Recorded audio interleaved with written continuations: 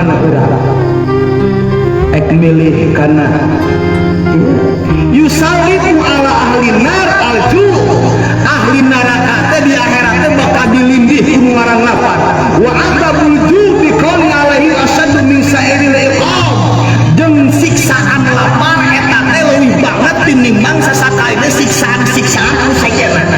wa yaqlabuna ta'am ahli neraka dina neraka nengeangan hakaneun nengeangan dahareun sabab menang siksaan lapar anu nyerehkeun kana siksaan-siksaan anu sajenna wana kamuhum azabaniyah dorian tuluy malaikat cabaniyah ngalungkeun kana kai dori ai kai dori teh nyaeta kai anu lamun teh mah dahareun eta teh nepi kana genggerong maka otakna ngagotrok nepi kana beteung peujit beteungna kabeh burudul hancur aya racun kitu zaman kieu teh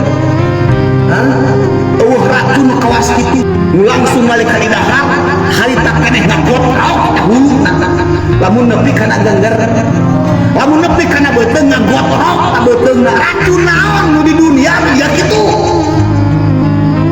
eta mah kahanan kadaharan jeung ahli neraka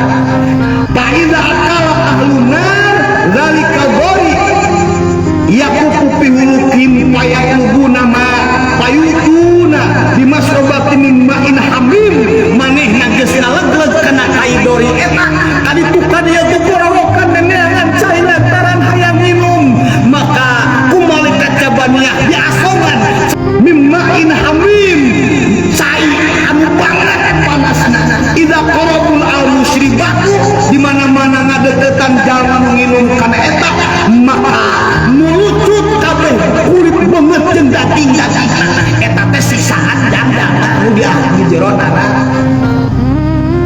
eta teh disiksana dahareuna eta nginumna ge disiksa